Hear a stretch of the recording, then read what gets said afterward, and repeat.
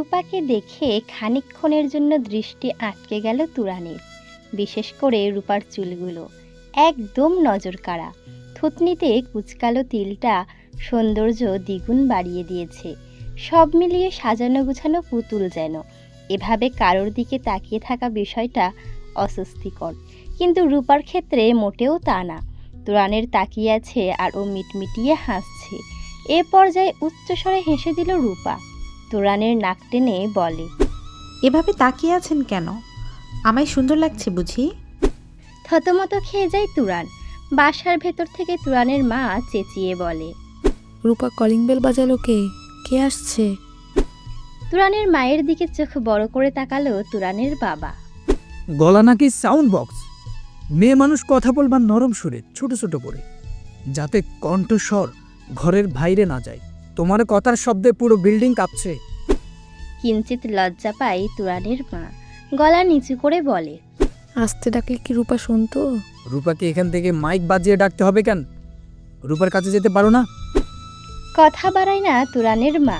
স্বামীর মুখে মুখে তর্ক করার স্বভাব যে একদম নেই তার। রুমের ভেতর ঢুকে তুরান আর চোখে রূপার দিকে তাকাচ্ছে। দেখলেন তো শাড়ি পরলে আমায় কত সুন্দর লাগে। এই জন্যই তো বলেছি আমায় একটা কালো শাড়ি এনে দিতে। আমিও কালো, শাড়িও কালো, ম্যাচিং হবে ভালোই। খিলখিলিয়ে হেসে দেয় রূপা। তুরানও না হেসে পারে না।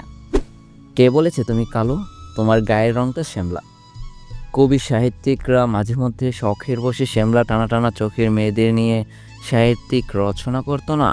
তুমি সেই সাহিত্যিক থেকে উঠে আসা রমণী, তুমি জানো? তুরানের কথা শেষ না হতেই থামিয়ে দেয় রূপা। উফ, থামেন থামেন, কী সব বলছেন? আমি কিছুই বুঝতে পারছি না। হতাশ হয়ে তুরান বলে, এই কথা তোমায় না বলে যদি কোনো বুঝবান মেয়েকে বলতাম, খুশিতে গদগদ হয়ে বাঁকা হেসে আমায় ধন্যবাদ দিত। একটু চুপ থেকে রূপা বলে, আপনি কি জানেন আপনি ইদানিং বেশি কথা বলেন? সেই গম্ভীর গম্ভীর গোবর গণেশ ভাবটা আর নেই। চুপ মেরে যায় তুরান। আসলেই কি বাচাল হয়ে যাচ্ছে? ভাবনার এ পর্যায়ে রেগে যায় তুরান। এই কি বললে তুমি? আমি গোবর গণেশ? গোবর গণেশ হলে কি ইঞ্জিনিয়ারিং পড়তে পারতাম? প্রত্যুত্তরে কিছু না বলে হেসে দেয় রূপা। বিড়বিড়িয়ে তুরান বলে, পেতনি একটা। তেলে বেগুনে জ্বলে ওঠে রূপা। ক্রোধের সাথে বলে, নিজেকে কি শ্রীমান কার্তিক ভাবেন? মায়ের উপস্থিতি টের পেয়ে চুপ হয়ে যায় তুরান। কি হলো, তুই রূপাকে খাপাচ্ছিস কেন? গাল ফুলিয়ে রূপা বলে, পচা ছেলে যে আপনার, আদব কায়দার রেশ মাত্র নেই। রূপার মুখের ভঙ্গি দেখে না হেসে পারে না তুরান। গেটের সামনে গাড়ির শব্দ পেয়ে অস্থির হয়ে ওঠে রূপা। আম্মু আসছে বোধহয়। আমায় রুমে গিয়ে ঘুমের ভান করতে হবে, নয়তো খারাপ হবে। শাহিলা বেগম আসলেই রুমে গিয়ে চুপ মেরে ঘুমের ভান করে শুয়ে থাকে রূপা। অথচ সারাটা দিন ওর বাসায় এর বাসায় ছাদে কাটিয়ে দেয়। তুরানের দিকে তাকিয়ে বলে, আরে আপনি এখান থেকে যাচ্ছেন না কেন? শুনতে পাচ্ছেন না আমি বাসায় যাব? তুমি বাসায় যাবে তো আমি এখান থেকে যাব কেন? তাড়াহুড়ো করে রূপা বলে, আমি কি বাসায় শাড়ি পরে যাব? শাড়ি কি এখন আপনার সামনে চেঞ্জ করব? যথারীতি ভ্যাবাচাকা খেয়ে গেল তুরান। মায়ের সামনে কী সব বলল মেয়েটা, আক্কেল নেই, ননসেন্স। তুরান এক সেকেন্ড না দাঁড়িয়ে সোজা চলে গেল। দ্রুত শাড়ি চেঞ্জ করে বাসায় গিয়ে ঘুমের ভান করে পড়ে রইল রূপা। রূপার এমন পাগলামি দেখে না হেসে পারে না তুরানের মা। মেয়েটা খুব মিষ্টি, তাই না? কত বড় চুল, কথাগুলো বেশ লাগে।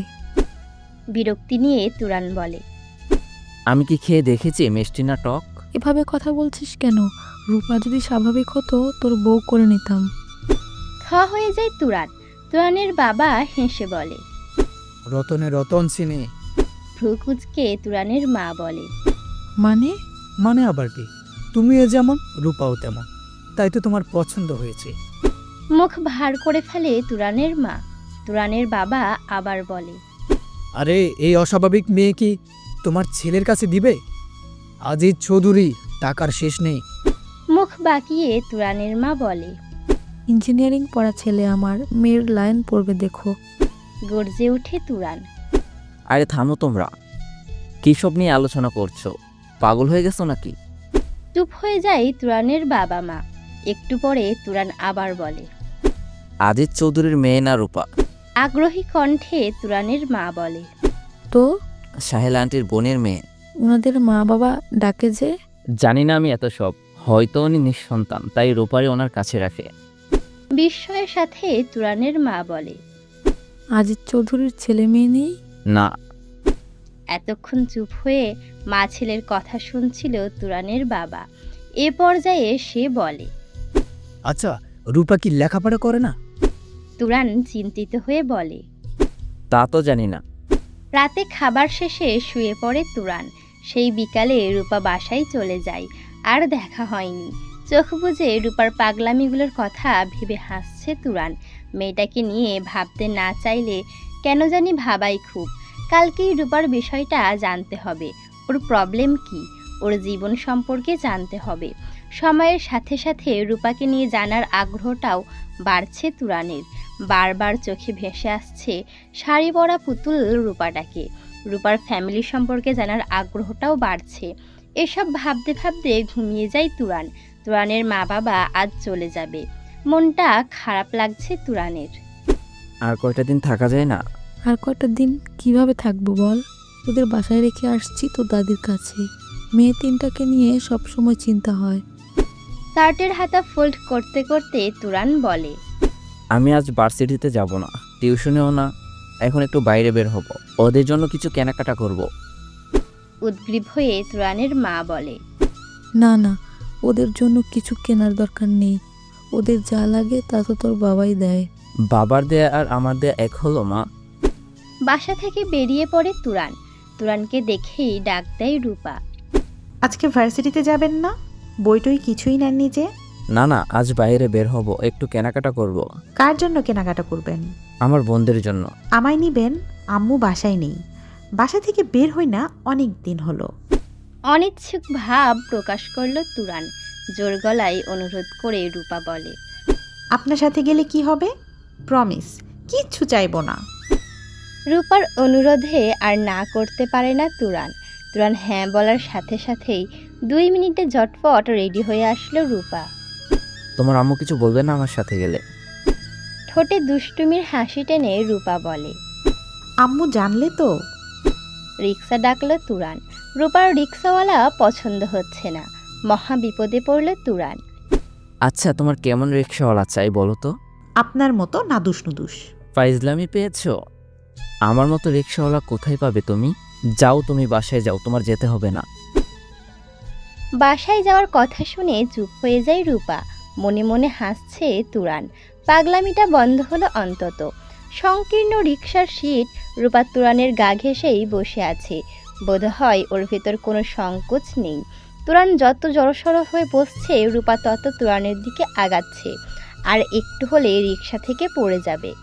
তুমি কি আমায় রিক্সা থেকে ফালানোর ফন্দি করছো? হেসে দেয় রূপা, মাথা ঝেঁকে বলে। রেগে যায় তুরান। রূপা এবার ঠিক হয়ে বসে। তুরান এবার সিরিয়াস হয়ে বলে। তোমার বাসায় কে কে আছে? তোমার বাবা কি করে? তোমার সম্পর্কে কিছু বলো। লেখাপড়া করোনি কেন? মুহূর্তের হাস্যজল মুখটা ফ্যাকাশে হয়ে যায় রূপার। কি হলো, কিছু বলছো না কেন? জানি না, আমি কিচ্ছু জানি না। এসব নিয়ে আমায় কিছু বললে রিক্সা থেকে ঝাঁপ দিব। আর কথা বাড়ায় না তুরান।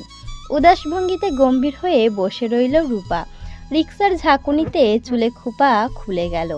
লম্বা চুল, রিক্সার চাকার সাথে পেঁচানোর আশঙ্কা রয়েছে। ওদিকে খেয়াল নেই রূপার। চুলগুলো বাতাসে এলোমেলো হয়ে যাচ্ছে। আচ্ছা, ওসব আর জিজ্ঞেস করবো না। চুল বাঁধো। না। কি না? চুল বাঁধো। চুল পেঁচাবে নয়তো।